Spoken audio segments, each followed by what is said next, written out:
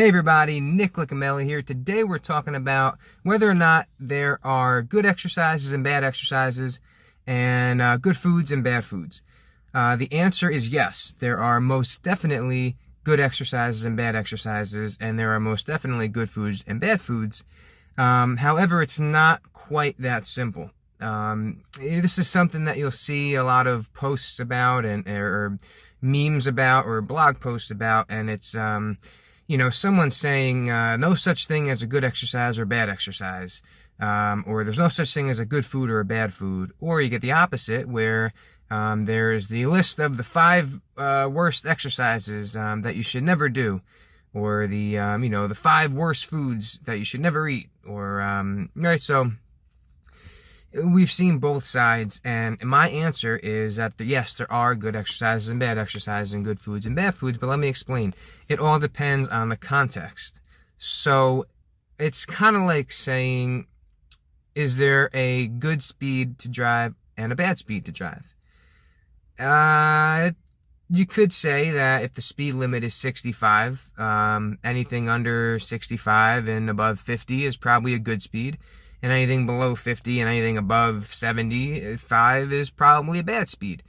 However, that's in that particular speed limit. If you're a race car driver, a NASCAR driver, the good speed and bad speed kind of spectrum is going to be completely different. So if I, in my Toyota, drove at the speed of a NASCAR racer on the highway, that would be a bad speed.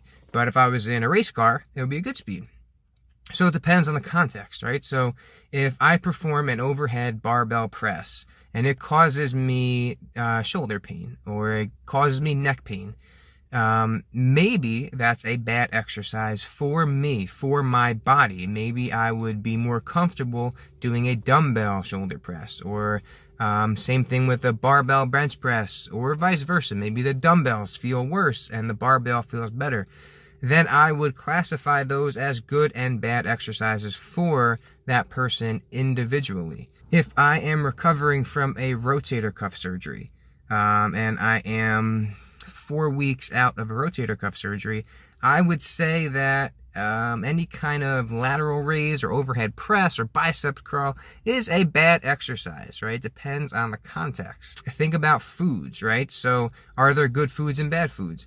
That's way oversimplified, right? Because if I am lactose intolerant, yes, there are most definitely good foods and bad foods. If I have a gluten sensitivity, there are most definitely good foods and bad foods. If I don't like strawberries, there are most definitely good foods and bad foods. So the point is, I don't like when I see blanket statements that aim to oversimplify things that are not that simple. So to say that there's no such thing as a good exercise or bad exercise is not true. There are good exercises and bad exercises, and it depends on the context and that individual. Same thing with foods. It depends on the context and that individual. So hope this helped. Be sure to like, comment, and subscribe if you want, and we'll see you next time.